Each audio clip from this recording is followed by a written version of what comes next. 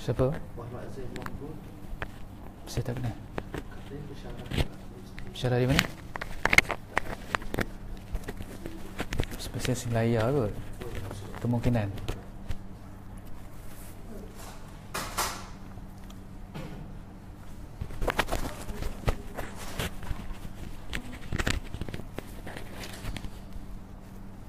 Bismillahirrahmanirrahim. Assalamualaikum warahmatullahi wabarakatuh. Alhamdulillahi rabbil alamin. Wassalatu wassalamu ala rasulillah wa ala alihi wa sahbihi wa man walah. Subhanaka la ilma lana illa ma 'allamtana innaka antal alimul hakim. Wa la hawla wa la quwwata illa billahil aliyyil azim. Allahumma ij'alil qur'ana rabi'a qulubina wa nura sudurina wa dhahaba humumina wa jalaa'a ahzanina. Allahumma arhamna bil Qur'an waj'alhu lana imaman wa nuran wa hudan wa rahmah. Allahumma dhakkirna minhu ma nusina wa 'allimna minhu ma jahilna warzuqna tilawatah ana al-lail wa atraf an-nahar waj'alhu lana hujjatan ya rabbal alamin. Amma ba'd. Pertama-tamanya sama-sama kita merafakkan setinggi kesyukuran kehadirat Allah Subhanahu Wa Taala. Alhamdulillah, ini kali pertama saya bersiaran secara langsung kepada penonton yang sedang menonton di rumah di Tadabbur Center. Alhamdulillah, penantian yang selama ini ditunggu-tunggu oleh peminat-peminat dan juga pencinta-pencinta Al-Quran. Alhamdulillah, pada hari Rabu yang lepas kita telah bermula bersiaran secara langsung di Tadabbur Center di Ostia Bangi. Jadi saya rasa gembira walaupun jauh travel daripada Pagoh, tapi bila melihat kehadiran tuan-tuan dan puan-puan sekalian, kita merasakan, ya Allah, inilah satu nikmat di mana kita dapat bersama-sama dengan orang-orang yang cintakan Al-Quran. Dan bila mana kita orang-orang ini mencari Al-Quran dan juga mencari ilmu yang berkaitan dengan Al-Quran, dan kita harapkan semoga doa kita di dalam surah Al-Fatihah, ihdinas siratal mustaqim, dapat kita fahami dengan jelas dan dapat kita cari apa yang dimaksudkan sebagai hidayah. Jadi tuan-tuan dan puan-puan sekalian, tajuk perbincangan untuk sepanjang bulan Disember ini saya meletakkan surah-surah lazim. Kenapa surah-surah lazim? Surah-surah ini kebiasaannya kita baca dan kita hafal. Cuma bila kita baca, kita tidak merasai keindahan surah-surah tersebut disebabkan batasan pemahaman terhadap perkataan-perkataan yang terdapat di dalam surah tersebut. Oleh yang demikian, insya-Allah pada hari ini kita akan bermula dengan satu surah yang kita baca setiap hari, dan di dalam solat kita baca banyak kali, iaitu surah Al-Fatihah. Surah Al-Fatihah ini merupakan satu surah yang menjadi kunci kepada untuk kita menerobos pintu-pintu 113 surah yang lain. Sebab itu ia dinamakan sebagai Al-Fatihah.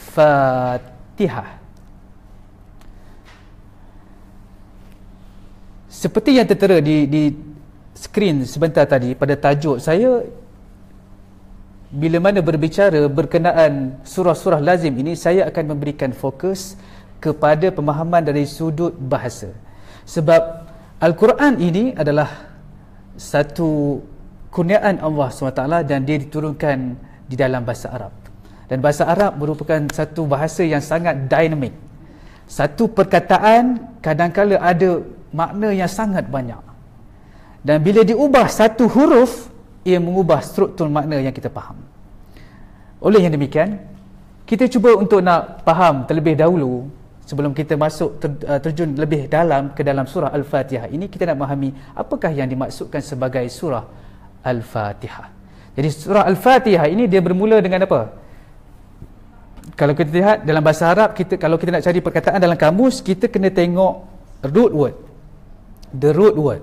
Dan kebiasaan the root word ni dia ada 3 huruf.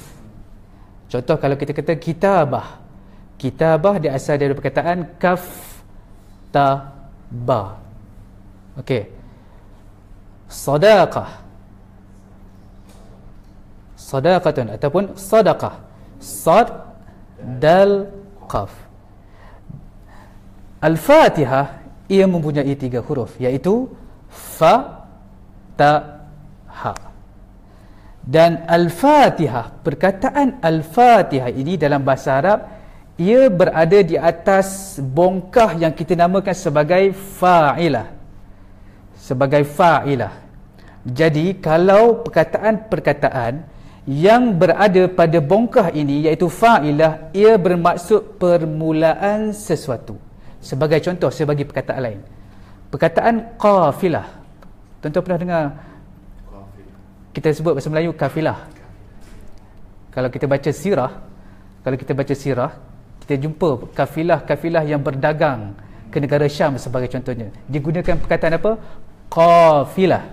Dan qafilah berada di atas bongkah fa'ilah. Apa maksudnya? Kalau kita sebut qafilah, ia bermaksud sesuatu kelompok yang memulakan sesuatu perjalanan. Jadi perkataan-perkataan yang berada pada bongkah ini, ia bermaksud permulaan sesuatu. Jadi Al-Fatihah bermaksud permulaan kepada Al-Quranul Karim. Sebab itu ia menjadi satu perkara yang wajib yang kita perlu lakukan apabila kita menunaikan solat. Perkataan Al-Fatihah. Boleh dapat perkataan Al-Fatihah, okey? Di atas bongkah fa'ilah, bila menyebutkan fa'ilah, ia berada ataupun membawa maksud permulaan kepada sesuatu perkara. Jadi tuan-tuan kalau jumpa perkataan yang rasa macam lebih kurang ini, dia akan membawa maksud apa? Permulaan kepada sesuatu. Contoh lain? Okey, banyak lagi perkataan qafilah,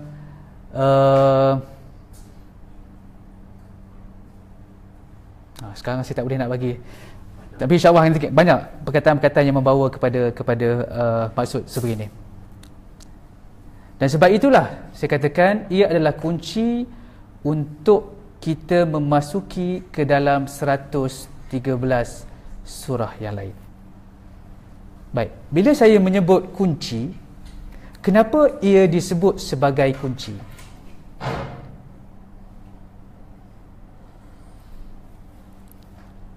Ni macam soalan PhD Tanpa dia surah lain tak boleh dibuka. Okay. Sebab dia kunci. Kalau kita faham kan konsep kunci. Okey. Oleh itu saya nak tanya tuan-tuan dan puan-puan sekalian, apakah ayat di dalam surah Al-Fatihah yang merumuskan keseluruhan kandungan Al-Quran? Ayat dalam surah Al-Fatihah, apakah satu ayat yang merumuskan keseluruhan kandungan Al-Quran? Apakah ia? Saya cuba, Ustaz. Sila. Iyyaka na'budu wa iyyaka nasta'in. Okey, sebabnya? Sebab dia duduk tengah-tengah. Sebab dia tengah-tengah. Ya, mula-mula kita memuji Allah, sifat-sifat Allah, kemudian kita mengatakan yang kita mengabdikan kepada Allah, dan pada dia kita minta pertolongan. Dan di akhirnya tu pun ada pertolongan. Okey. Okey, separuh dah boleh dapat PhD dah tu. Okey. Ada jawapan lain? Okey, saya lebih suka bila mari ke sini saya lebih suka kita berinteraksi. Okey, supaya kita boleh berbincang dengan lebih mendalam, okey? Dan saya tahu apa respon tuan-tuan dan puan sekalian. Okey, ada nak jawab? Tak apa, tak salah, tak ada masalah. Kalau saya kata ihdinas siratal mustaqim. Okey, tuan-tuan kata ihdinas siratal mustaqim. Sebab apa? Tunjukkanlah kami jalan yang lurus. Mana bila kita dah mana berdasar kepada ini, mana kita pandu jalan yang lurus, maksudnya kita merujuk pada Al-Quran. Okey. Jawapan yang kedua. Yang pertama, iyyaka na'budu wa iyyaka nasta'in. Yang kedua, ihdinas siratal mustaqim. Ada jawapan lain? Bismillahirrahmanirrahim. Sebab permulaan dalam Quran. Okey. Selain daripada tu? Kan kata minggu depan aku tak mari dah, saya kena tanya soalan. Baik. Okey. Jawapan yang tepat adalah Tuan Yusof. Okey, ini Ustaz Yusof juga. Okey. Bukan Ustaz, aku biasa. Okey. Iyyaka na'budu wa iyyaka nasta'in. Okey. Sebab apa ia dikatakan satu ayat yang merumuskan seluruh kandungan Al-Quran? Okey, kita tengok that's why kalau tengok saya bahagikan apa? Separate. Okey, iyyaka na'budu wa iyyaka nasta'in berada di mana? Di tengah-tengah. Okey. Cerita Bismillahirrahmanirrahim, Alhamdulillahirabbil alamin, Arrahmanirrahim, Maliki yaumiddin. Ini cerita tentang siapa? Cerita tentang siapa? Ini semuanya cerita tentang Al-Ma'bud, yang disembah. Yang disembah. Apakah perkataan yang ada pada iyyaka na'budu wa iyyaka nasta'in? Perkataan apa? Iyyaka na'budu. Na'budu. Okey, apa kita terjemahkan iyyaka na'budu? Hanya kepada engkau lah kami menyembah. Okey. Dan di bawah ini cerita tentang siapa? Okey, yang atas cerita tentang Al-Ma'bud, yang disembah. Yang bawah ni cerita pasal siapa? Cerita tentang Al-Ibad, iaitu hamba. Tuan-tuan, bacalah mana-mana surah, mana-mana kisah.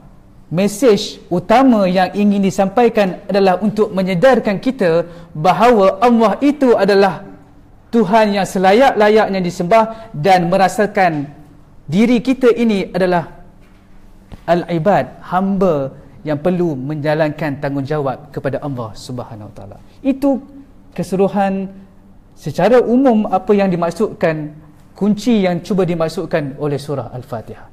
Tuan-tuan dapat? Okey. Nanti kalau Ustaz Syari cerita tentang Nabi Nuh, cerita tentang mana-mana Nabi lain, kesimpulannya dua benda. Satu, ingin menyedarkan kita bahawa Allah itu adalah Tuhan kita yang disembah, dan kita inilah apa? Hamba. Itu kesimpulan utama bagi surah-surah yang terdapat di dalam Al-Quran. Jelas, tuan-tuan? Okey. Nanti kita tanya balik. Okey, jadi kalau soalan saya tanya, apakah satu ayat yang memberikan kesimpulan terhadap surah-surah yang terdapat di dalam Al-Quran? Jawapannya adalah iyyaka na'budu wa iyyaka nasta'in. Dan kalau kita melihat, ayat ini adalah penghubung di antara pencipta dan juga apa? Manusia, makhluk. Seolah dia berada di tengah-tengah. Okay, that's why saya separate supaya nak memudahkan kita nampak. Boleh adik? Okey. Kalau adik ni boleh faham, insya-Allah yang lain pun boleh faham. Baik, kita mulakan dengan Bismillahirrahmanirrahim.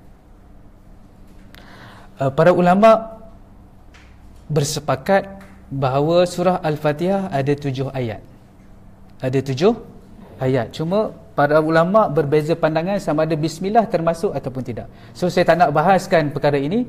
Cuma saya nak melihat bila mana kita bahaskan perkataan Bismillahirrahmanirrahim, kita memahami kenapa kita perlu menyebut Bismillahirrahmanirrahim. Baik, kita mulakan dengan Bismillahirrahmanirrahim. Kita mulakan dengan perkataan yang pertama. Perkataan Bismi. Tengok Bismi. Adakah ia satu perkataan ataupun ia adalah gabungan? Gabungan bagi asalnya apa? Ba. Okey, ba campur isim. Dia akan jadi apa? Bi, tapi ada alif kan? Tapi disebabkan kita baris bawah alif tu dia apa? Dihazafkan, dibuangkan supaya nak memudahkan bacaan. So dia jadi apa? Bismi. Okey, jelas? Bismi. Apa terjemahannya? Dengan nama. Okey, kebiasaannya kita terjemahkan dengan nama. Soalan saya, adakah ayat yang dimulakan dengan nama itu lengkap? Lengkap tak? Biasanya kita ada perkataan tak sebelum tu sepatutnya? Sepatutnya kan dot dengan nama. Baik. Sebab itu kita kena faham sebelum bermula bismillah dengan nama, contoh saya beritahu saya kata aqra'u bismillah. Apa maksud aqra'u? Saya membaca dengan nama Allah. Aktubu bismillah. Apa lagi? Ashrabu, saya minum bismillah. Setiap perkara yang kita buat dengan nama Allah, kerana Allah, ia akan menjadi ibadat. That's why buat sesuatu dengan nama Allah, ingat Allah, dan kita akan merasai bahawa Allah akan sentiasa bersama dengan kita. Okey, itu yang pertama. Yang kedua saya nak sebut,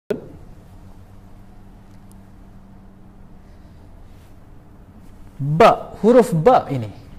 Huruf ba ini disebutkan oleh seorang alim dalam bidang bahasa dan juga tafsir, iaitu As-Samin Al-Halabi, yang meninggal pada tahun 756 Hijrah. Dia mengarang satu kitab yang bernama Ad-Durrul Masun fi Ulumi Kitabil Maknun. Dan dia menyebutkan ba di sini adalah baul isti'anah. Baul isti'anah. Okey, sekarang tengok pada perkataan al-isti'anah. Dalam surah Al-Fatihah ada tak perkataan yang mirip-mirip dengan al-isti'anah?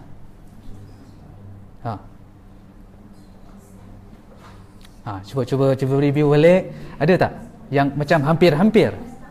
Iyyaka nasta'in. Apa maksud nasta'in? Yes.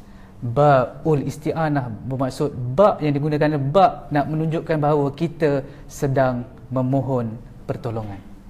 Jadi tuan-tuan, kalau saya kata aqra'u bismillah, saya membaca, sebenarnya saya sedang apa? Saya sedang meminta pertolongan daripada Allah Subhanahu Wa Taala. Saya mencari rezeki dengan menyebut bismillahirrahmanirrahim. Saya sebenarnya sedang apa? Sedang meminta pertolongan daripada Allah Subhanahu Wa Taala. Saya keluar untuk menuntut ilmu. Bila menyebut bismillah, saya sebenarnya sedang meminta pertolongan daripada Allah Subhanahu Wa Taala. Jadi bila mana kita merasai Allah adalah tempat kita memohon pertolongan, secara automatiknya kita akan rasa diri kita ni siapa? Hebatkah kita ni? Tak, sebab kita perlukan siapa? Pertolongan daripada Allah Subhanahu Wa Taala. Jadi tuan-tuan, bila kita baca bismillah dengan penghayatan sebegini, kita akan rasa, ya Allah, kerdilnya aku, lemahnya aku, dan aku perlukan pertolongan daripada Engkau, ya Allah. Baru kita baca tu, kita akan rasa kita bersama Allah. Okey? Makan dengan anak-anak, kan kita sebut apa? Bismillahirrahmanirrahim. Ya Allah, kami nak makan, dan makanan ini adalah hasil daripada rezeki yang aku kerjakan pada setiap hari. Dan kalau Engkau tak benarkan aku untuk mendapat apa yang aku sedang menikmati pada hari ini, maka tidak mungkin aku mampu untuk masukkan nasi ke dalam mulut aku tanpa bantuan Engkau. Jadi tuan-tuan, tengok, apa-apa yang kita bincang tadi, dia akan balik kepada siapa? Allah sebagai Tuhan, kita sebagai hamba. Sejauh mana kita terbang, sejauh mana kita mendaki, sejauh mana jawatan kita, pangkat kita, jika kita membaca, kita menyadari bahawa Allah itu yang paling tinggi, kita akan sedar kita ini tiada apa-apa. Tidak perlu untuk nak mendabik dada, tidak perlu untuk sombong nak menyatakan aku lebih hebat. Bila mana kita lulus dalam peperiksaan dapat 10A, 20A kan, sebabkan usaha aku lah ni. Sedangkan siapakah yang memberikan bantuan? Allah Subhanahu Wa Taala. Tuan-tuan, dalam periksa kita baca doa, minta apa? Ya Allah, lapangkanlah dada aku kan. Tapi bila mana result keluar, kita mula lupa Allah. Kita rasakan apa? Itu daripada siapa? Daripada kita. That's why setiap nikmat yang kita dapat, kembalikannya kepada siapa? Kepada Allah. Baik tuan, kita baru berbicara tentang huruf ba. So saya tak tahulah surah Al-Fatihah ni bila kita nak habis. Tak apa, kita tengok setakat mana kita mampu untuk habiskan pada hari inilah. Okey, dan saya tak yakin kita mampu untuk habiskan kesemua ayat. Kemungkinan ayat pertama dan juga yang kedua sahaja. Okey, perbincangannya mendalam.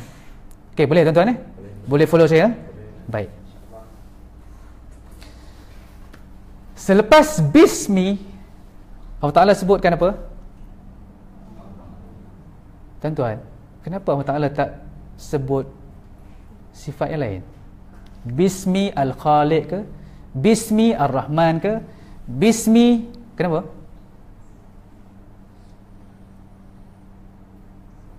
Tuan-tuan kenal tak saya?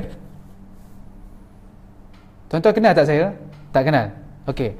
Tuan-tuan, saya seorang pensyarah.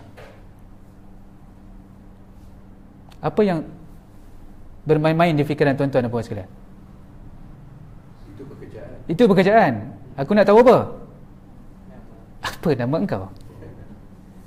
Saya kata nama saya Azrul. Allah memperkenalkan dirinya dengan nama Allah. Subhanallah. Tuan-tuan, bila saya merenung seseorang, saya menangis, tuan-tuan. Bila kita mendalami, terjun dalam-dalam, ya Allah, tak mampu untuk digambarkan. Apabila ayat Quran tu diturun kepada Nabi Muhammad, bermula dengan Iqra tu, bila Allah memperkenalkan ayat yang pertama yang nama dia itu Allah. Okey. Ayat yang pertama. Ayat yang pertama turun, Nabi Muhammad tahu itu Allah. Macam tu. Dalam ayat Quran lah maksud saya. Melalui ayat Quran. Sebab perbincangan berkenaan dengan surah pertama yang diturunkan ni ada perbezaan pandangan. Nanti kita bincang lebih dalam, okey? Supaya kita nak nampak dulu perbincangan ini, okey? Okey tuan-tuan, Allah. Kemudian kita pergi kepada Ar-Rahman Ar-Rahim. Ar-Rahman Ar-Rahim. Okey, tuan-tuan dapat perbezaan yang dengan atas dengan yang saya tulis kat bawah? Ada beza tak? Ada sikit beza. Apa beza? Di alif. Atas tu dia tanda. Dia tanda alif. Okey. Itu dalam rasam apa nama Usman ni memang ditulis dengan ada alif. Tapi kalau dalam bahasa Arab dia dieja dengan apa? Ada dibaca dengan alif. Okey, Ar-Rahman Ar-Rahim. So benda yang samalah. Okey, so jangan keliru. Ar-Rahman Ar-Rahim. Ar-Rahman Ar-Rahim datang daripada apa? Rahmah maksudnya apa? Kasih sayang. Okey, tuan-tuan, bantu saya untuk terjemahkan perkataan Ar-Rahman Ar-Rahim.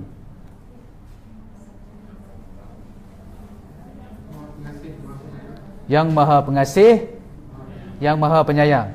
Tuan-tuan, tolong bezakan antara pengasih dan penyayang. Kasih. Bahasa Melayu tuan-tuan cuba bezakan kasih dan sayang.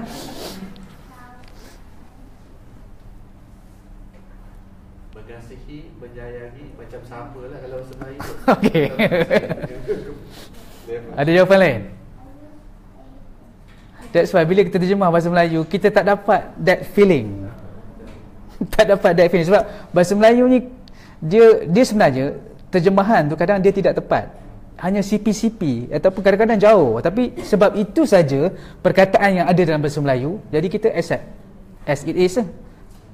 Cuma bila kita nak terjun lebih dalam, kita kena faham dari sudut bahasa Arabnya apa. Okey? Baik. Kita tengok Ar-Rahman. Okey. Bila saya sebut perkataan, saya akan bawakan dalam bentuk bongkahnya apa. Ingat tadi bongkah tadi? Fatihah apa? Fa'ilah. Kalau Ar-Rahman, kalau Rahman, dia akan jadi apa? Fa'lan. Okey, tak perlu fahamlah fa'lan tu apa. Yang penting dia berada pada bongkah, iaitu apa? Okey, dia macam ni Nak bagi, okey, saya tak boleh bangun. Okey. Ra, ha, mim. Okey? Dan kata kerja dia bermula dengan 3 huruf. Dan fa, ain, lam. Fi'lun, apa maksud fi'lun? Perbuatan. Jadi kita boleh ganti apa-apa fi'il, kata kerja, berada pada kedudukan ini. Jadi penambahan sekarang di mana? Penambahan di mana sekarang? Alif dengan nun. Alif dengan nun. Asalnya ra, ha, mim. Ditambahkan apa? Alif, nun. Baik. Fa'lan ini dia membawa maksud al-huduth wat tajaddud. Sesuatu yang berlaku dan dia diperbaharui. Sesuatu yang berlaku dan diperbaharui. Okey? Maknanya tak putus-putus lah Ustaz. Dia bukan tak putus. Dia putus. Dia berterusan, tapi kadang-kadang dapat, kadang-kadang tak dapat. Okay, dia berlaku tetapi diperbaharui. Diperbaharui maksudnya apa? Contoh kita rotek kita kan. Rotek lepas tu dia mati dah. Mati lepas tu renew balik. So renew balik. Okey, dia hudus wa tajaddud. Maksudnya kadang-kadang ada tak dapat. Okey, jadi kasih sayang yang dimaksudkan adalah kasih sayang kepada orang yang beriman dan tidak beriman. That's why kita tengok kasih sayang orang yang tidak beriman contohnya. Tengok dia kaya, tengok dia bahagia. Kenapa dia dapat? Kita soal. Kenapa dia dapat? Sedangkan dia tidak beriman. Sebab Allah Ta'ala memberikan kasih sayang kepada semua. Tapi kasih sayang ni, dia berterusan tak sampai akhirat? Berterusan tak sampai akhirat? Saya kata tadi al-huduth wat tajaddud. Dia akan apa? Terhenti di dunia. Terhenti di dunia. Jadi sebab itu ia adalah pemberian di mana? Pemberian di dunia. Dan Allah Ta'ala bagi kepada semua orang. Okey, boleh tuan-tuan? Okey.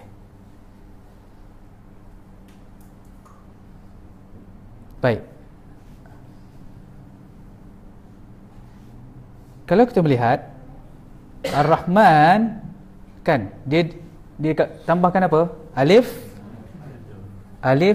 nun. Alif nun.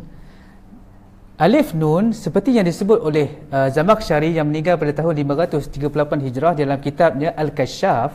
Dia menyebutkan bahawa bila mana perkataan itu menggunakan bongkah yang ditambahkan dengan alif nun, dia membawa maksud dengan penuh dengan sifat.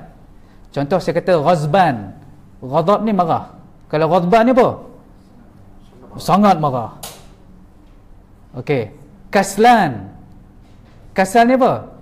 Pemalas. Kalau saya kata kaslan, sini penuh dengan sifat apa? Malas. Rahman, penuh dengan kasih sayang. Tuan-tuan nampak tak sekarang ni bila mana kita melihat memahami perkataan dan konteks bahasa Arab, Masya Allah, baru kita mengenal siapa itu Allah Subhanahu Wa Taala. Walaupun begitu, walaupun sifat itu penuh, sifat Rahman itu penuh, tapi ia tidak apa? Tidak kekal. Sebab ia bersifat apa? Saya sebut tadi al-huduth wat tajaddud. Dia akan terhenti. That's why Allah sambung dengan perkataan yang seterusnya, iaitu apa? Ar-Rahim. Ar-Rahim pula berada pada bongkah. Okey, tadi Rahman fa'lan. Rahim Rahim dia akan jadi apa? Fa'il. Dia asal apa? Fa'ain lam. Okey, tuan-tuan tak perlu stres sangatlah nak sebut. Okey. Kan stres nak faham. Okey, rahim kan balik kan mimpi. Rahim, fa'il, rahim. Okey. Bila sesuatu perkataan di atas bongkah fa'il, ia membawa maksud as-thubut, sesuatu yang tetap.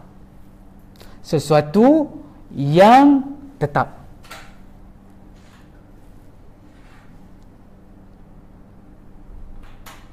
Tadi Ar-Rahman ala wazan fa'lan. Apa maksudnya? Al-huduth wat-tajaddud. Tetapi kalau saya menyebut Ar-Rahim, ia berada pada paksi, pada bongkah fa'il, ia membawa maksud apa? As-thubut. Thubutnya maksudnya apa? Kan kita kata sabat, kan? Sabat di atas jalan Allah. Maksudnya apa? Tetap di atas jalan Allah. Apa doa? Doa yang kita sebut tadi? Thabbit qulubana ala dinik wa ala ta'atik. Thabbit, tetapkan. Okey? Dan kasih sayang ini hanya diberikan kepada orang yang beriman, dan pemberian ini diberikan di mana? Di akhirat sana. Di akhirat sana.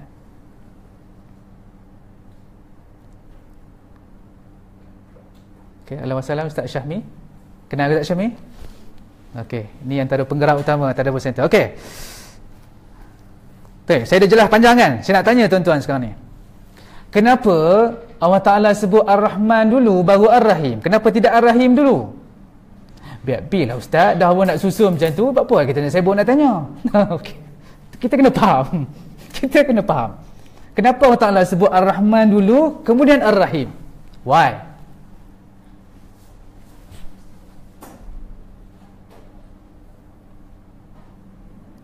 Tadi saya dah bagi makna dah. Sekarang tuan-tuan fikir why. That's why tadabbur ni dia memerlukan apa? Berfikir. Kita tanya apa? Why?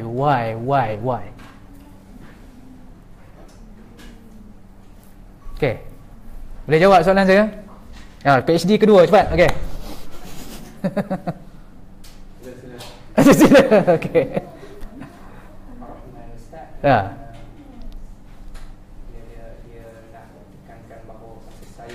Secara keseluruhan semua sekali. Secara umum. Okey. Dan Ar-Rahim ini dia khususkan ataupun mungkin dia lebihkan kepada kasih sayang kepada golongan yang beriman. Pendapat saya. Tahniah tuan, dapat satu PhD. Okey. Dia ada dua jawapan Jawapan yang pertama tadi, okey. Ar-Rahman, Ar-Rahim. Dia bermula dengan umum, berakhir dengan khusus. Bermula dengan yang umum, berakhir dengan yang khusus. Itu yang pertama. Yang kedua. Okey, siapa boleh bagi jawapan? Yes, sila. Rahman dan Ar-Rahim, yang Rahman itu disebabkan dunia dulu baru akhirat selepas dunia. Jadi disebab itulah maka Ar-Rahman itu dulu di mana berlakunya di dunia, kasih sayang itu diberikan di dunia, dan Rahim itu kasih sayang yang berkekalan di akhirat, dan akhirat itu adalah kekal selama-lamanya. Satu PhD untuk tuan. Tepat sekali jawapannya. Kehidupan kita bermula di mana? Kita akan berakhir di mana?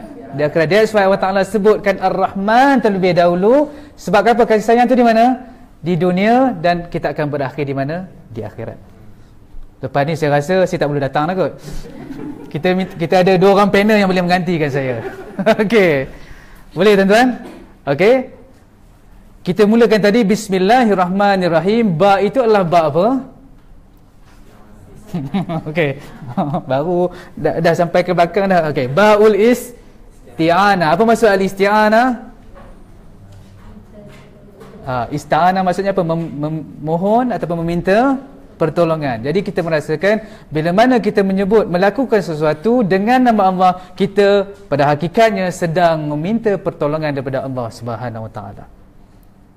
Boleh? Untuk yang baru datang, kita baru habis perkataan bismillah saja. Kita belum start lagi surah Al-Fatihah. Okey.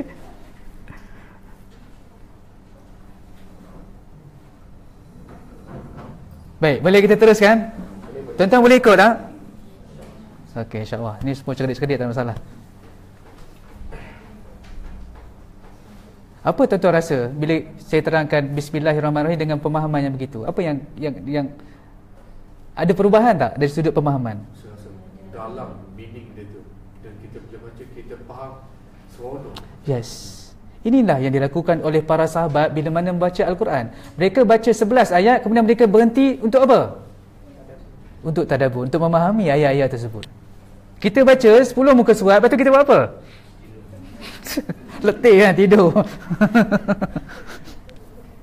Tuan-tuan tak ada masalah untuk baca Al-Quran banyaklah, tak ada masalah. Tapi alangkah moleknya kita apa? Kita baca Al-Quran pada masa sama, kita cuba tadabbur satu ayat pun okey. That's why kita kena faham tujuan Al-Quran diturunkan ada dua. Yang pertama adalah untuk membaca. Itu yang kita buat sekarang, kita baca Al-Quran. Yang kedua, tujuan Al-Quran diturunkan adalah untuk tadabbur. Alhamdulillah kita dah pas yang pertama, tuntutan yang pertama, tapi kita lupa dengan tuntutan yang kedua, iaitu apa? Tadabbur. Kenapa tadabbur? Tuan-tuan, kita hari ni kita kata bila kita melihat masalah sosial yang berlaku, kita sebut kembalilah kepada Al-Quran. Kita pun kembali kepada Quran, kita baca apa? Quran, tapi aku tak berubah pun. Sebab kita tidak melaksanakan tuntutan yang kedua, iaitu apa? Tadabbur.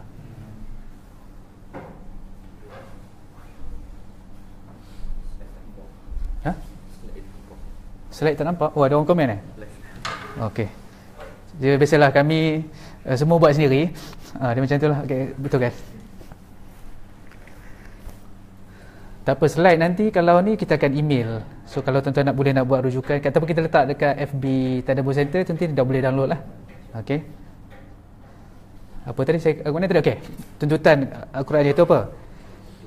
Yang pertama baca, yang kedua tadabbur. Alhamdulillah, kita dah baca, kita dah betulkan tajwid, kita baca secara taranum kan? Baca dengan molek. Tapi kita kena ingat tuntutan yang kedua, iaitu apa? Tadabbur. Boleh tak saya terangkan sikit masuk tadabbur supaya kita jelas? Saya tak nak cerita panjang-panjang, saya terus nak mengambil apa yang disebut oleh seorang alim, iaitu Muhammad Al-Amin Al-Shanqiti, yang meninggal pada tahun 1393 Hijrah. Di dalam kitabnya Adwaul Bayan, dia menyebutkan bahawa yang dimaksudkan dengan tadabbur terdapat beberapa proses. Yang pertama adalah at-tasaffuh. At-tasaffuh ataupun dalam kurungannya adalah al-qiraah, iaitu kita membaca. Tasaffuh ni maksudnya kita buka buku, kita apa? Membelek-belek helaian. Itu maksud tasaffuh. At-tasaffuh. Ataupun kita katakan al-qiraah, membaca. Boleh? Step yang pertama. Once kita dah baca dengan tajwid yang betul, dengan taranum yang sedap, perlu kita teruskan dengan langkah yang seterusnya, iaitu al-fahmu. Al-fahmu. Apa maksud al-fahmu? Faham. Tuan-tuan, saya nak tanya, macam mana tuan-tuan faham ayat yang tuan-tuan baca? Tuan-tuan nak faham maksud dia, tuan-tuan tengok apa? Tengok kepada terjemahan. Baik. Tuan-tuan boleh faham secara keseluruhan tak maksud yang cuba disampaikan? Baik, saya bagi contoh. Siratal ladzina an'amta 'alaihim ghairil maghdubi 'alaihim waladdallin.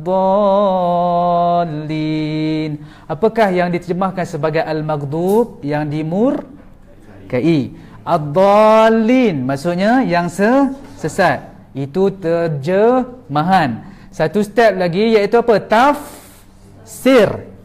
Saya nak tuan-tuan bezakan antara terjemahan, tafsir dan juga tadabbur. Saya lagi kata, entah, semuanya bermula dengan huruf T. Okey. Ada beza. Terjemahan, peralihan bahasa daripada bahasa Arab kepada bahasa Melayu. Itu terjemahan. Tafsir, okey, tadi kita sebut apa? Yang dimurkai. Kalau kita buka tafsir, apa yang disebutkan oleh para ulama? Yang dimurkai ini siapa? Yang dimurkai ini siapa? Al-Yahud. Sekarang kita panas sekarang isu isu Donald Trump telah mengumumkan bahawa kedutaannya berpindah ke mana? Ke Baitul Maqdis. Dan kenapa? Okey, ad-dallin siapakah yang dimaksudkan? Nasara. Okey. Tafsir kan? Kita tanya tak? Kenapa untuk Yahudi guna apa? Dimurkai. Kenapa untuk Nasrani digunakan apa? Sesat. Nampak tak? Kita dah mula terjun lebih dalam dah ni. Kenapa Yahudi digunakan perkataan al-maghdub, dimurkai? Kenapa ad-dallin digunakan perkataan kenapa Nasrani digunakan perkataan apa? Sesat. Yahudi disebut sebagai golongan yang dimurkai kerana mereka ini diberikan ilmu tapi tidak beramal, bahkan menentang Allah SWT dengan ilmu yang mereka ada.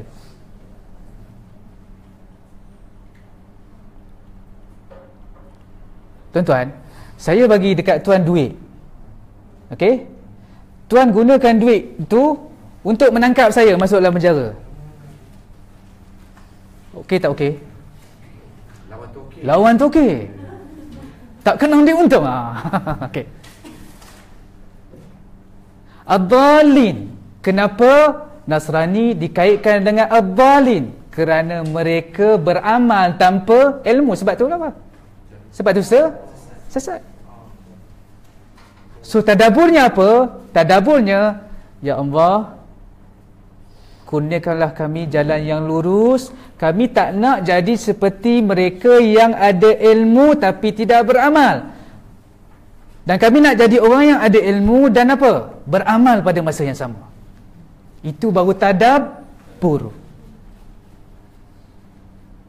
Boleh tuan-tuan? Okey.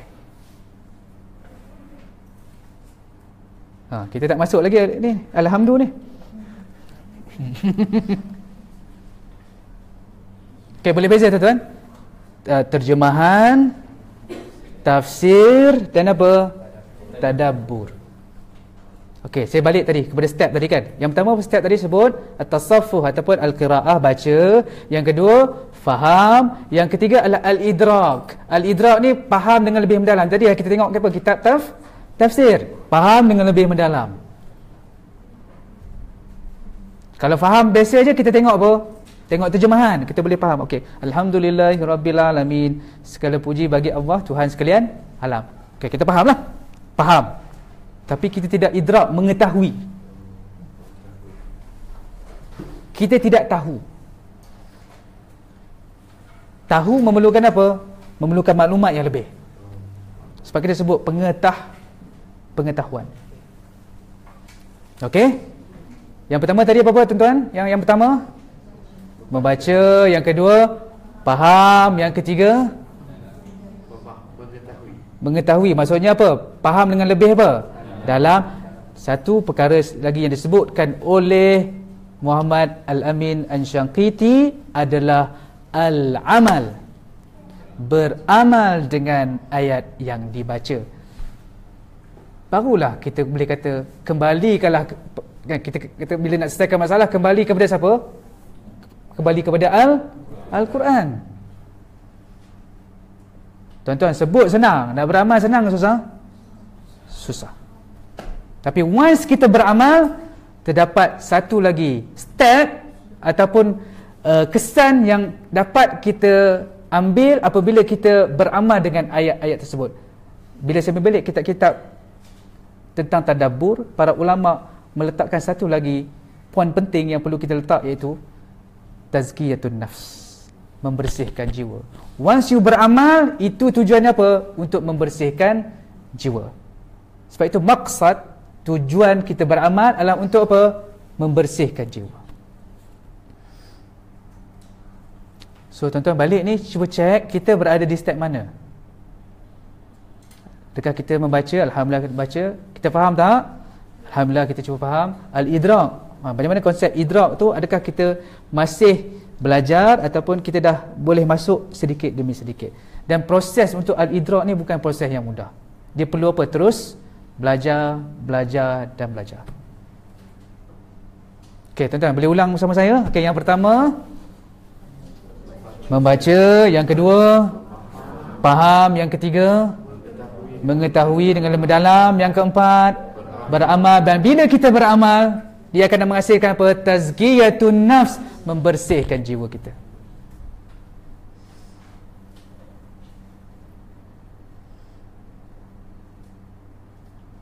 Sekarang saya nampak solution kepada masalah sosial adalah Al-Quran.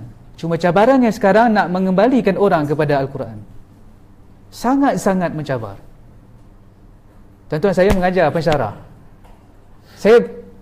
Aim saya tidak mahu sekadar mengajar. Saya nak mendidik. Mengajar, semua orang boleh mengajar. Mengajar apa? Konten yang kita ajar lah. Tak ramai orang yang boleh mendidik. Sebab universiti bukan kilang. Kita tidak mahu menghasilkan robot. Kita ingin menghasilkan manusia yang mempunyai apa? Jiwa.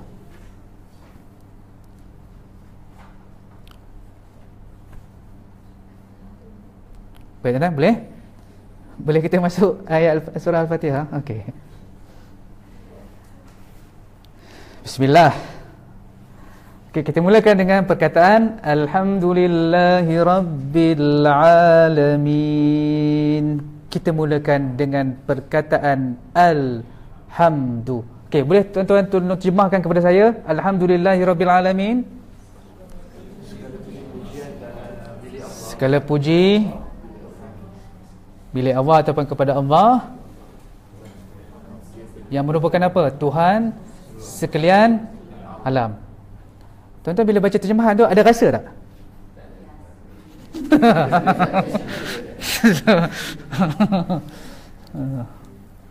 Okey. Baik, kita pergi kepada perkataan Alhamdu. Alhamdu ni dia mempunyai dua makna. Iaitu pujian atau yang kita sebutkan sebagai madhun. Yang kedua adalah syukur, yang kita sebutkan sebagai syukrun dalam bahasa Arab. Satu pujian, satu apa? Syukur.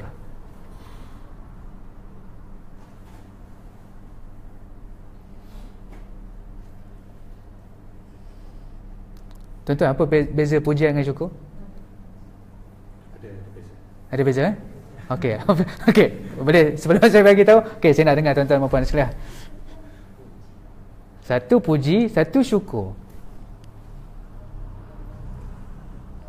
Syukur ni kita berterima kasih kepada Allah tu sebab dia beri kita. Okey. Okey. Puji tu kita puji dia sebab dia hebat. Dia Okey. Okey. Okey. Dan ni PhD ke berapa dah ni? Okey. Baik, kita terangkan satu-satu, okey. Okey, alhamdu dengan kita tengok beza terlebih dahulu, okey. Sekarang cuba separatekan alhamdu, al-madhu dengan asyukru. Okey, saya nak tuan-tuan nampak perbezaan tu. Nanti kita buat conclusion di hujung. Okey. Bila mana kita sebutkan alhamdu, pujian itu mempunyai emosi dan juga kasih sayang. Emosi dan kasih sayang. Tapi kalau madhun, ia tiada emosi dan boleh jadi palsu. Okey, saya bagi contoh. Tuan-tuan pernah tak fail dalam periksa? Pernah kan? Bila fail, balik rumah tu nak buat macam mana? Nak bagi tahu mak ni? Katalah kita balik-balik, kita tengok mak kita tengah masak. Apa yang kita akan buat? Kita apa? Mak, bau sedap mak, daripada luar lagi bau mak. Mak masak apa ini? Mak ini cantik lah pakai. Itu puji betul-betul ke puji fake? tak menawan hati dia. Tak, puji ikhlas ke puji ada apa? Ada udang di sebalik mi. Puji ada makna. Tak nak bagi apa? Mak marah. Tapi kalau kita sebut alhamdu, pujian itu datang daripada hati yang ikhlas, penuh emosi dan juga kasih sayang.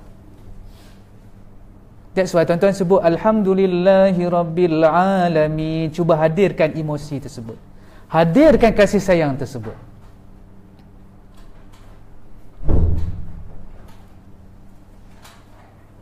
Okey? Tuan-tuan pernah kena saman dengan polis tak? Pergi kan, betul-betul Roblox kan.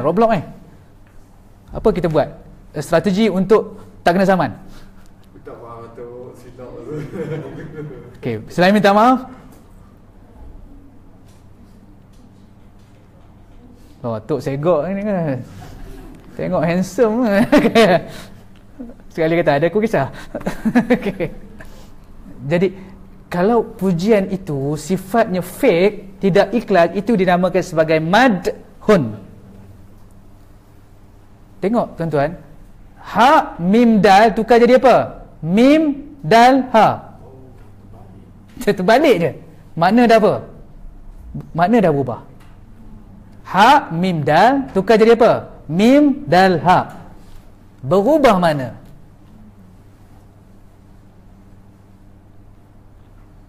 Dan banyak ke perkataan Arab berbentuk macam ni, Ustaz? Ha? Sikit je dia berubah. Banyak. That's why tadabbur dia perlukan kita detail dari sudut ini. Detail. Tapi kalau kita kata biar pi lah Ustaz, Allah nak guna alhamdulillah, biar pi kat dia, kena sibuk pasal apa? Kalau itu memang jam lah. Tak boleh nak tadabbur lah. Okey, saya keluar bahasa utara ni, saya orang Perlis kan kejut pula kan. Okey, itu yang pertama. Alhamdulillah mempunyai emosi datang dari hati yang ikhlas. Maka kalau madhun tiada emosi dan boleh jadi palsu. Seterusnya, alhamdulillah kita ucapkan pujian itu bila mana nikmat itu sampai kepada diri kita dan juga orang lain, kita sebutkan alhamdulillah. Tapi kalau nikmat itu hanya untuk diri kita, kita ucapkan apa? Syukrun.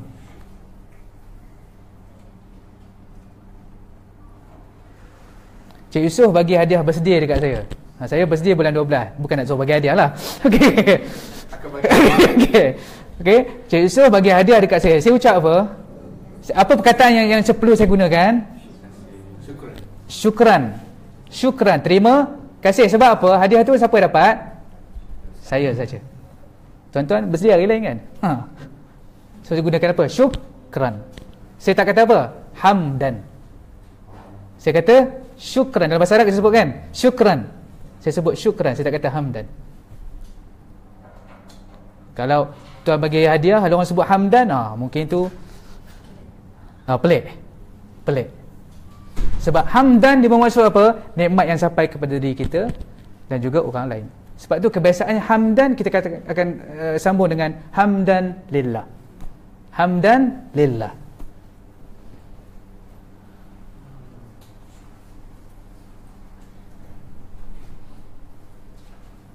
Okey, kemudian syukrun adalah reaksi kepada nikmat yang kita perolehi. Tuan Yusof bagi hadiah dekat saya. Saya pun react kepada perbuatan beri hadiah itu, saya katakan apa? Syukran. Tapi alhamdulillah ini merupakan satu kewajipan hamba yang perlu mengiktiraf bahawa selayak-layak yang pujian hanya perlu diberikan kepada siapa? Kepada Allah Subhanahu Wa Taala. Sebab apa? Sebab kita perlukan Allah. Allah perlukan kita ke? Allah tak perlukan kita. Tuan-tuan, kita masuk syurga disebabkan amalan kita ke?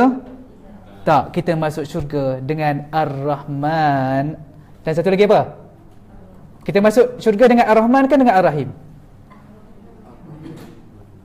Dua-dualah, sebab dekat dunia pun kita kena dapatkan apa?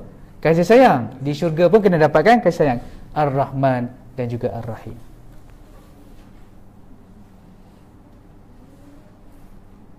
Okey, tuan-tuan boleh Boleh. Kalau tak boleh angkat tangan, beritahu, kita boleh ulang balik. Oleh yang demikian, secara kesimpulannya, alhamdulillah adalah gabungan bagi pujian dan syukur, walau bagaimanapun dia ada extension dari sudut makna.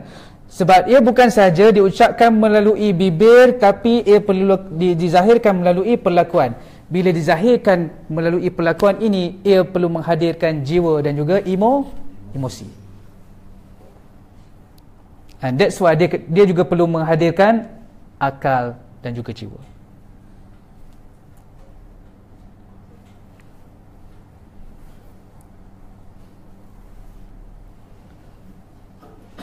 Tuan-tuan boleh terjun lebih dalam sikit? Boleh? Baik. Tadi kita bezakan di antara alhamdu, al-madhu dan juga asyukru. Now, persoalannya sekarang, kenapa Allah Ta'ala gunakan alhamdu tapi dia tak gunakan apa? Ahmadu ataupun nahmadu. Alhamdu ni datang dalam bentuk kata nama. Kita sebut apa? Pujian. Kalau saya kata ahmadu, maksudnya apa? Saya memuji. Nahmadu, kami memuji. Why? Kenapa Allah Ta'ala tak gunakan kata kerja tapi Allah Ta'ala menggunakan kata nama? Tuan-tuan, kata kerja kan, kita ada berapa jenis kata kerja? Kalau dalam bahasa Inggeris lah, kita ada past tense, present tense, future tense. Okay, past tense, present tense, future tense. Ketiga-tiga tenses ni dia terikat dengan masa tak? Terikat dengan masa. Once kalau saya kata ahmadu, ia hanya terikat bila saya puji tu? Now. Sebelum ni saya puji tak? Mungkin tak. Akan datang? Tak tahu. That's why Allah Ta'ala tak gunakan apa? Ahmadu ataupun nahmadu. Boleh? That's why tadabbur perlu tanya soalan-soalan sebegini supaya kita tahu. Okey? Dia tak guna disebabkan apa? Terikat dengan masa. That's sebab gunakan alhamdu apa? Ia tidak terikat dengan masa. Bahkan ia bermaksud apa? Dulu, kini dan selamanya. Ini tidak ada kena-mena dengan Perhimpunan Agung UMNO. Okey. Okey. Sedang berlangsung kan? Okey. Ya, tidak ada kena-mengena kan? Yang berada di rumah, ia tidak ada kena-mengena dengan Perhimpunan Agung UMNO. Ini adalah untuk menunjukkan bahawa apa? Masa tadi kan? Dulu, kini dan selamanya.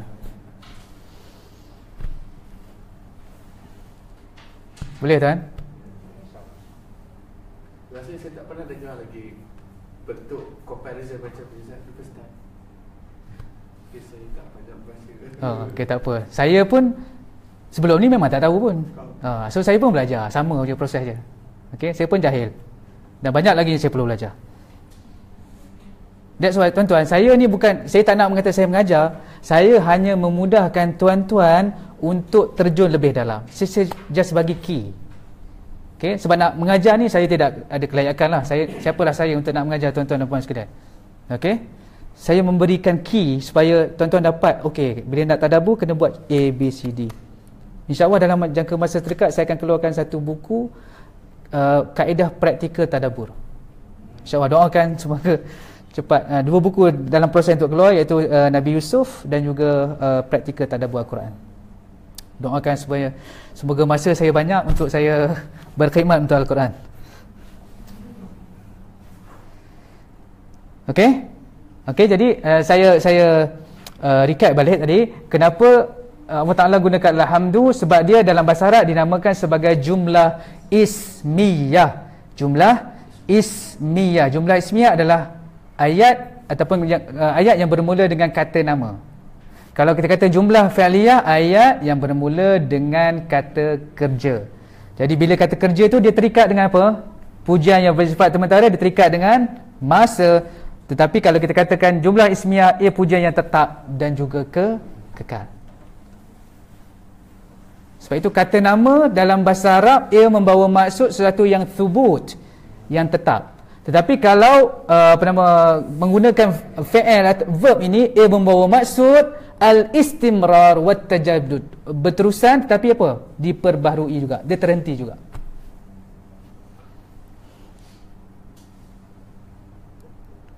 Boleh tuan? Boleh terkejun dalam sikit? Baik. Sekarang saya nak bezakan antara alhamdulillah dengan lillahil hamdu. Sama tak? Kalau saya ubah apa tu? Saya bawa lillah tu ke depan. Okey, tu cuba kita terjemahkan. Alhamdulillah, segala puji bagi Allah. Lillahil hamd, bagi Allah segala puji. Ada masalah tak? Kalau bahasa Melayu pun macam sama kan? Bahasa Melayu nampak macam sama je. Bahasa Arab tidak. Bahasa Arab tidak. Okey.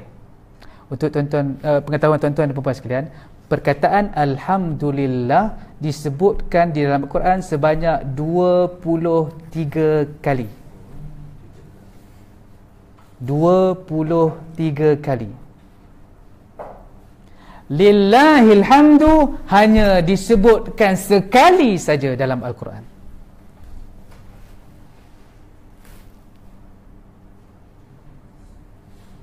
So sekarang kita nak tahu why.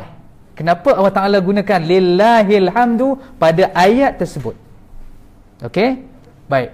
Saya bagi clue dulu. Ia sebenarnya adalah untuk menjelaskan kekeliruan ataupun menghilangkan syak wasangka. Okey, tuan-tuan dengan tuan-tuan ada Quran tak sekarang? Boleh tak buka surah Al-Jathiyah ayat 36?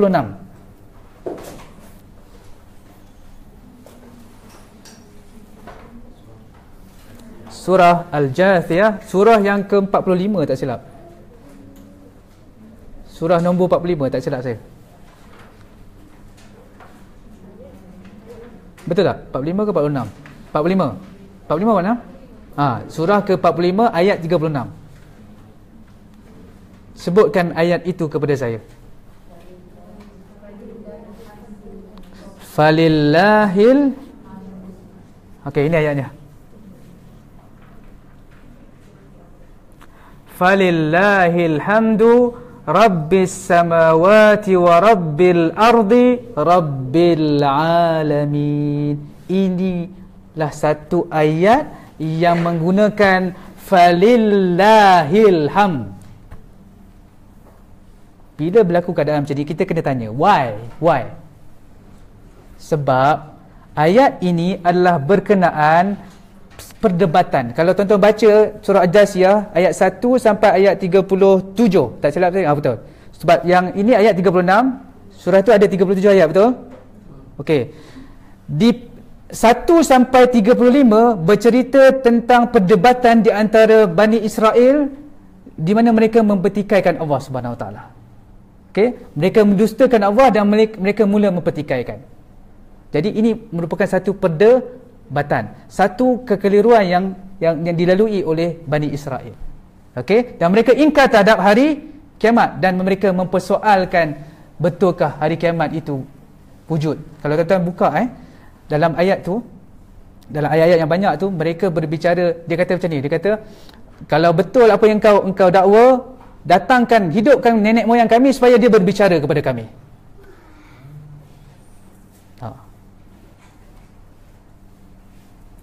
Dan bila saya tadi masa sebelum solat Jumaat, sebelum azan, saya belik surah ni. Saya nak cari apa benda yang cuba nak disampaikan surah ni. Kalau tuan-tuan perasan, ada dua ayat cerita bahawa ini adalah Al-Quran yang memberikan petunjuk.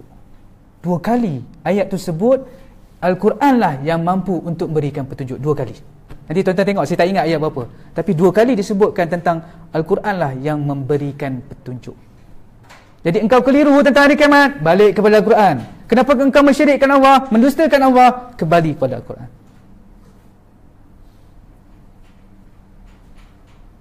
Ini terjemahan dia sama tak? Terjemahan dia sama? Itu saya kata. Segala puji hanya bagi Allah. Itu saya kata. Terjemahan tidak mampu untuk membawa kita terjun lebih dalam. Terjemahan sama.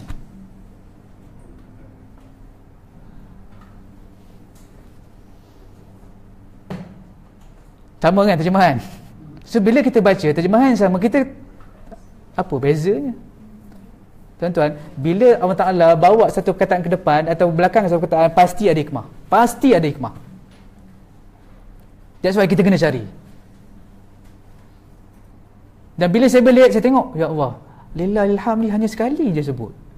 Sedangkan Alhamdulillah ada berapa kali? 23 kali. 23 kali.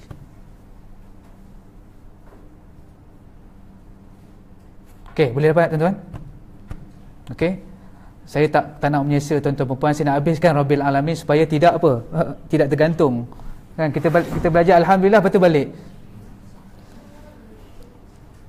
Okey, boleh tuan-tuan? Okey, kita terus kepada perkataan Rabb. Baik, Rabb. Apa terjemahannya? Okey, tuan-tuan sebut Tuhan, ada rasa tak? Tuhan.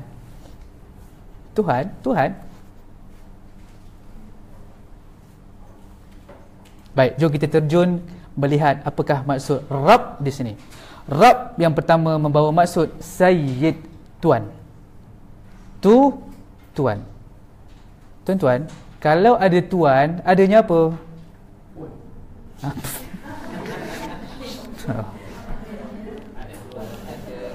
Bahaya tu. Okey, tu ada Tuan, ada Puan. Okey. Kalau dia dah ada Puan macam mana? Okey, dah. Okey.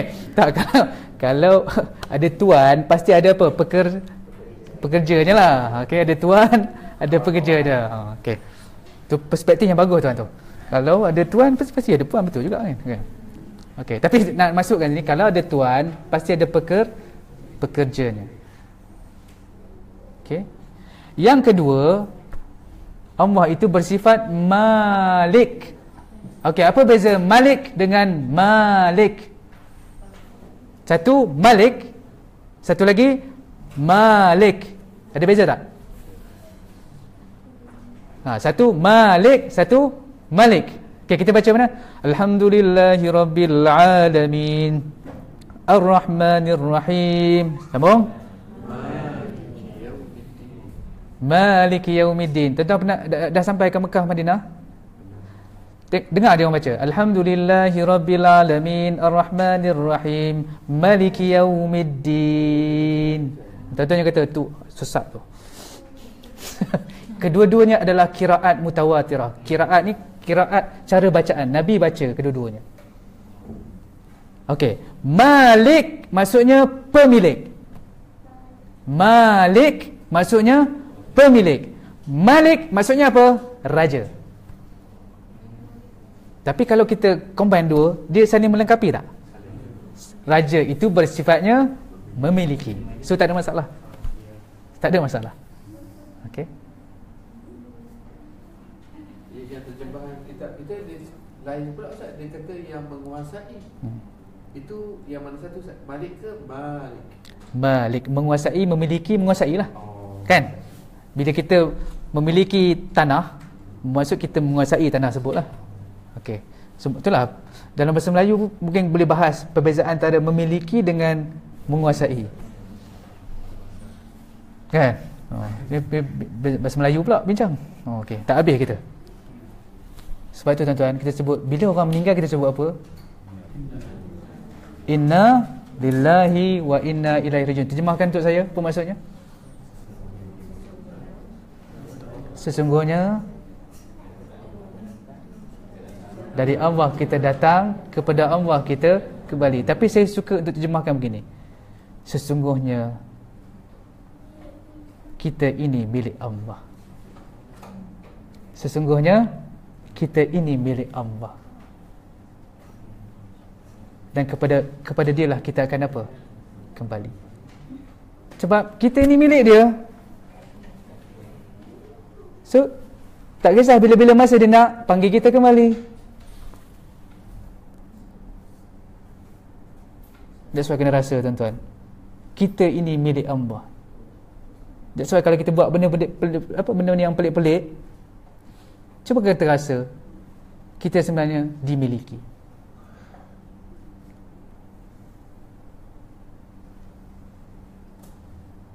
Kan sebut dekat isteri kan, Cik Sof, engkau telah kumiliki. Pernah sebut tak? Pernah sebut? Dulu lah. Okey. Haji biasa sebut. Kena tanya orang belakang lah. Okey. Apa rasa bila lelaki sebut dekat perempuan tu, apa perempuan rasa? Rasa sayang, kan? That's why bila kita rasa Allah itu apa? Kita ini milik Allah, sepatutnya kita kena sayang apa? Sayang Allah. Okey, maksud Rabb lagi adalah murabbin. Kalau kita letak al jadi murabbi. Murabbin. Kalau tambah al jadi murabbi, ada ya. Apa maksud murabbin atau murabbi? Al-murabbi Yang memiliki. tak, murabbin. Malik kita dah habis tadi. Murabbi maksudnya? Cikgu kan. Apa maksud cikgu? Apa tugas cikgu? Mengajar ke mendidik? That's why beza guru dengan murabbi. Guru dia mengajar, habis apa silibus tu baliklah. Murabbi tak. Dia fokus kepada macam mana nak mendidik akhlak, macam nak memperbaiki apa nama hubungan antara pelajar dengan guru dan sebagainya. Bila kita rasa, ya Allah, setiap ujian yang engkau berikan itu sebenarnya adalah satu pendidikan kepada kami. Tuan-tuan, kita sebut Bismillahirrahmanirrahim. Allah itu maha apa? Ar-Rahmanir-Rahim. Kasih lagi maha penyayang. Dia sayang kita. Sebab itu kita kena rasa, bila mana dia berikan ujian, bukan dia nak apa? Nak menzalimi kita, tetapi dia apa? Sedang apa sekarang? Sedang mendidik kita. Tuan-tuan, bila mana berhadapan dengan ujian, rasakan bahawa ini adalah satu pendidikan daripada Allah Subhanahu Wa Taala.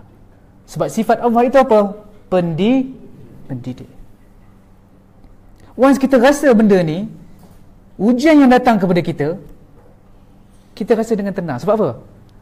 Allah sedang mendidik aku. Bila didik aku, supaya aku menjadi lebih baik. Tuan-tuan, bila baca Alhamdulillah Rabbil Alamin, barulah kita apa? Rasa tak? Rasa. Dan yang terakhir, Rabb juga bermaksud ma'bud, tempat untuk sembah.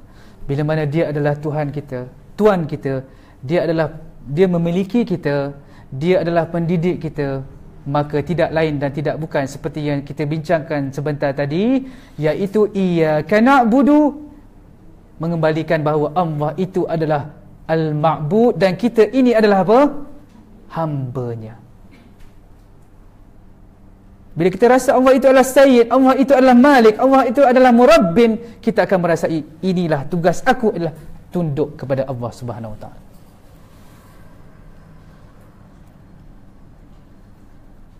Boleh tuan-tuan? Okey, saya nak habiskan yang terakhir lah. Saya kesian tengok tuan-tuan kan. Saya nak tanya, banyak tak? Banyak. Tapi kita sedang berbicara berapa ayat sekarang ni? Baru Bismillahirrahmanirrahim dengan Alhamdulillahi Rabb. Al-Alamin tak masuk lagi ni. Tak habis. Tapi tak nak menyeksa tuan-tuan, kita sambung juga Al-Alamin. Okey, sebab takut mimpi Al-Alamin malam ni. Jadi Ustaz, Rabb tu ada 4 makna Ustaz. Makna yang utama kita faham, yes. That's why kalau tengok Fir'aun juga membahasakan diri dia sebagai Rabb. Fir'aun membahasakan diri dia sebagai Rabb. Dia adalah Tuhan, dia adalah pemilik, dia adalah apa? Dia adalah pendidik. Sebab tu kena apa? Kena sembah dia. Ini maksud dari sudut bahasa lah. Cuma bila kita relate dengan Allah, kita nampak yang lebih jelas. Okey? Tuan baca cerita tentang Musa dengan Fir'aun, tengok perkataan Rabb yang digunakan tu. Rabb digunakan bukan maksud Tuhan, maksudkan diri dia. Okey? Okey. Terjemahan dia silap dengan Tuhan kan? Dia lah bila Rabb Tuhan. That's why. Tapi Fir'aun guna bukan maksud dia Tuhan tu kan? Bukan nak maksudkan Tuhan yang dia percaya, sebab dia percaya dia adalah Tuhan. Kan disebut, okey, bila apa yang kisah yang dia tengok ahli sihir tiba-tiba sujud kepada Nabi Musa kan dia kata apa, saya tak ingat ayat tu, Rabbi, tapi disebutkan bukan Rabb itu, Rabbi Musa wa Harun, iaitu Allah lah. Kan dijelaskan balik Rabb yang Fir'aun faham tu bukan Rabb engkau, tapi Rabbi Musa wa Harun, Tuhan Musa dan juga Harun. Jawapan daripada ahli sihir tu kan? Ahli sihir, yes. Okay, nanti itu keperkaran Ustaz Syahri lah, cerita-cerita bab dia memang fokus kepada Nabi Musa, Nabi Ibrahim. So, itu dia akan terangkan lebih lanjut. Saya fokus kepada ni, nak faham dari sudut bahasa. Okay, that's why saya kata kehalusan bahasa. Okay, yang terakhir lah. Okay, yang terakhir. Sebab ni baru kelas pertama. Saya takut minggu depan tuan-tuan tak datang dah. Sebab apa? Banyak sangat ni. Okey, al-alamin. Okey. Al-alamin asalnya apa? Okey, kita terjemahkan dulu. Al-alamin maksudnya apa? Terjemahkan dulu. Semesta, seluruh alam, semesta alam. So boleh imagine tak semesta alam tu, tuan-tuan bayangkan apa sekarang? Bumi, langit, semualah kan? Okey, saya nak bawa tuan-tuan untuk membawa satu dimensi lagi. Itu okey. Memahami alam tu sebagai bumi, bukit, binatang dan sebagainya, itu okey. Satu perspektif. Saya nak bawa tuan-tuan kepada perspektif yang lain. Okey. Alam ni ada dua plural. Alam ni adalah singular, perkataan tunggal. Okey, kalau plural dia ada dua. Satu awalim. Awalim plural bagi perkataan apa? Alam. Okey. Plural boleh faham plural? Maksudnya banyaklah. Satu alam kita panggil alam, banyak alam kita panggil apa? Awalim. Dan satu lagi yang digunakan oleh Allah Subhanahu Wa Taala adalah alamun ataupun alamin. Tuan-tuan, dalam bahasa Arab bila digunakan waw nun ataupun ya nun, ia membawa maksud jamak muzakkar salim, jamak untuk lelaki. Maksudnya untuk benda yang hidup lah, hidup. Bila sebut muslimun ataupun muslimin dan muslimat, kita sebutkan muslimin dan muslimat, itu maksudnya apa? Plural untuk lelaki ke perempuan? Okey, bila sebut muslimin, ia merangkumi lelaki dan perempuan. Tapi kalau saya sebut muslimat, hanya apa? Perempuan. So lelaki tak boleh masuk dalam tu. So lelaki jangan pakai tudung masuk dalam kelompok muslimat. Bila sebut muslimin, dia merangkumi lelaki dan juga perempuan. Baik, persoalan kenapa Allah Ta'ala tak sebut Alhamdulillahi Rabbil Awalim? Allah Ta'ala menyebutkan apa? Alhamdulillahi Rabbil Alamin. Kenapa disebahkan untuk manusia tapi digabungkan dengan perkataan alam? Alam tu kita nampak macam keseluruhan, termasuk binatang, bukit bukan dan sebagainya. Tapi kenapa Allah Ta'ala menggunakan ya nun? Sedangkan ya nun itu untuk siapa? Untuk manusia. Okey, saya nak bawa perspektif lain. Yang tu okey lah, yang dijemahkan tu okey, kita faham. Okey, baik. Sebenarnya al-alamin ini yang dimaksudkan adalah al-uqala, mereka yang berakal. Mereka yang berakal. Tuan-tuan, siapa yang baca Quran? Manusia dan juga apa? Jin. Siapakah yang berikan tanggungjawab? Mukallaf siapa? Manusia dan jin. Siapakah yang dihukum bila mana tidak melaksanakan perintah Allah? Manusia dan jin. What happened to animals, bukit bukau dan sebagainya? Tidak berakal. Adakah dipertanggungjawabkan? Tidak. Siapa yang baca Quran? Kita. That's why diletakkan apa? Ya nun. Ini nak konsep nak bagi faham okey. Kenapa saya mengatakan ia bermaksud al-uqala, mereka yang berakal? Yang pertama adalah tugas mukallaf, yang ini mereka yang dipertanggungjawabkan adalah mencari dan mendapatkan hidayah Allah SWT. Sebab tu kita sebut ihdinas siratal mustaqim. Tuan-tuan, hidayah perlu dicari, bukannya ditunggu. Kenapa tak berubah? Belum dapat seru. Siapa nak menyeru? Kita takut malaikat maut yang datang menyeru. Usaha tuan-tuan, Allah Ta'ala akan bagi hidayah. Tapi kita tak usaha, macam mana kita nak dapat hidayah? Datang majlis ilmu ke, cuba untuk baca, cuba tanya orang, at least kita ada apa? Usaha. Jadi ada relation tak? Bila kita sebut tugas mukallaf, kenapa digunakan ya nun? Yes.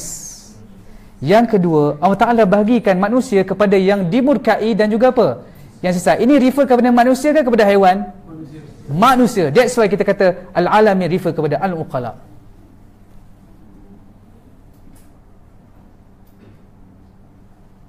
Boleh. Betul.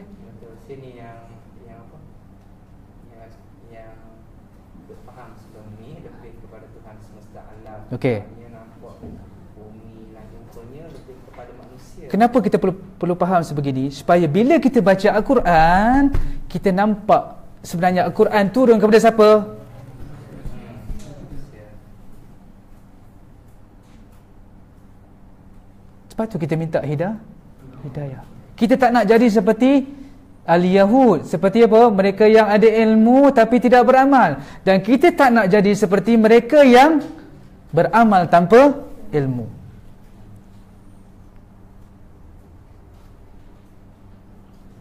Tak apa, tuan-tuan balik nanti tuan-tuan fikir. Kita baru berbicara 2 ayat. Surah Al-Fatihah ada berapa ayat?